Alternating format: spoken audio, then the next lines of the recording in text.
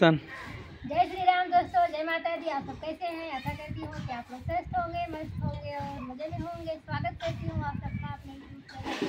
तो दोस्तों, मेरी दीदी है, वो भी दीदी है, तो हम लोग सुनाने जा रहे हैं पारंपरिक विवाह गीत। बहुत ही प्यारा विवाह गीत है, तो आप लोग वीडियो में बने रहिए और गीत को पूरा जरूर सुनिएगा। गीत कैसा लगा तो आप सब कमेंट में जरूर बताना।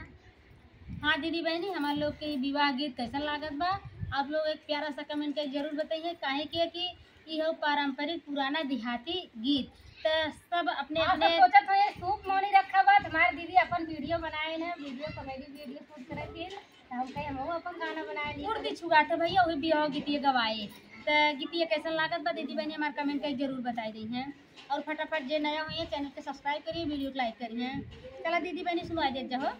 काऊ देखी पापा हो मछरी छटकली, काऊ देखी भंवरा लो भाई, काऊ देखी पापा हो मछरी छटकली, काऊ देखी भंवरा लो भाई, काऊ देखी पापा हो मछरी छटकली, काऊ देखी भंवरा लो